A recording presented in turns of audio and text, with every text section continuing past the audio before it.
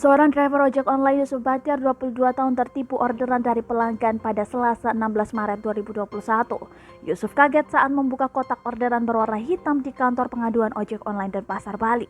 Kotak yang dibawanya itu ternyata hanya berisi bongkahan batu dan kain bekas, bukan jam tangan seperti yang disampaikan oleh orang yang memberi orderannya. Menurut informasi yang diberikan Yusuf melalui akun Instagramnya @yusufbatiar17, Rabu 17 Maret 2021, ia sempat ragu untuk mengantarkan orderan tersebut.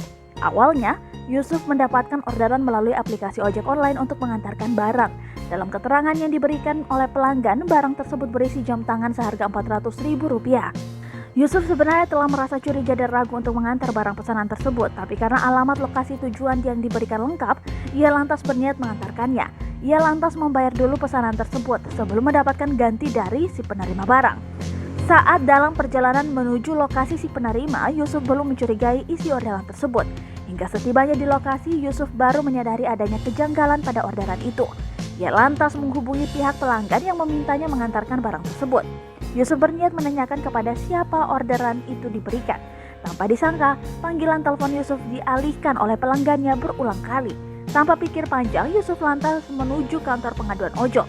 Ia berniat melaporkan dan meminta solusi atas kejadian yang dialaminya. Namun, pihak kantor ojek online tidak dapat membantunya. Alhasil, dengan berat hati, Yusuf harus menerimanya.